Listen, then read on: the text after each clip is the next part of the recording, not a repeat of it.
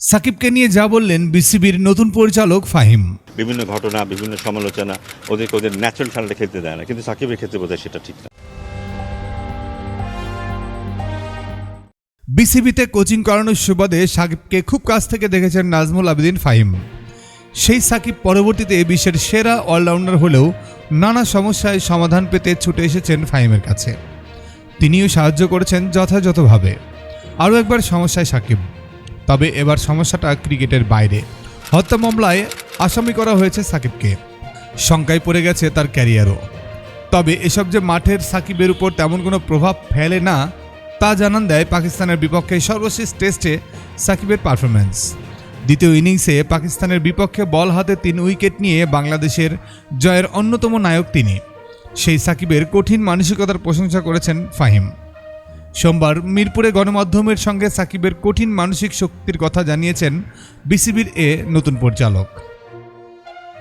সাকিবকে নিয়ে ফাহিম বলেন, মেন্টালি স্ট্রং বলবো না, পারফর্ম করতে নামে মাঠে আমার মনে হয় না তারা নেগেটিভ ব্যাগেজগুলো নিয়ে মাঠে নামে। যে কোনো অ্যাথলেট হোক, যে কোনো দেশেরই হোক, তারা যখন পারফর্ম করতে মাঠে নামে আমার মনে হয় না তারা নেগেটিভ প্যাকেজগুলো নিয়ে মাঠে নামে।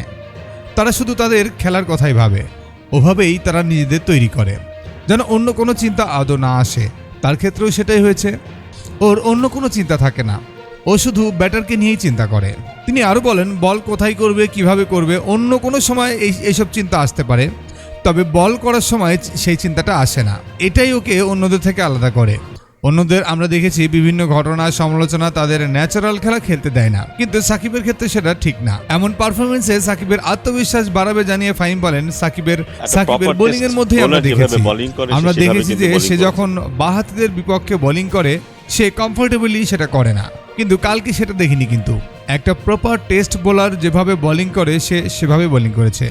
বোলিং করার সময় সে নিজের উপর আস্থা নিয়েই বোলিং করেছে, ডানহাতি বামহাতি সব ধরনের সিচুয়েশনে। তিনি আরও বলেন, যখনই বল তাকে দেওয়া হচ্ছে উইকেট নেওয়ার জন্য সে বোলিং করছে, অন্যদের সঙ্গেও আলাপ করছে, মিরাজকেও মাঝে মধ্যে পরামর্শ দিচ্ছে। টোটাল ইনভলভমেন্ট ছিল। আমার মনে হয় সে নিজেও উপভোগ করেছে।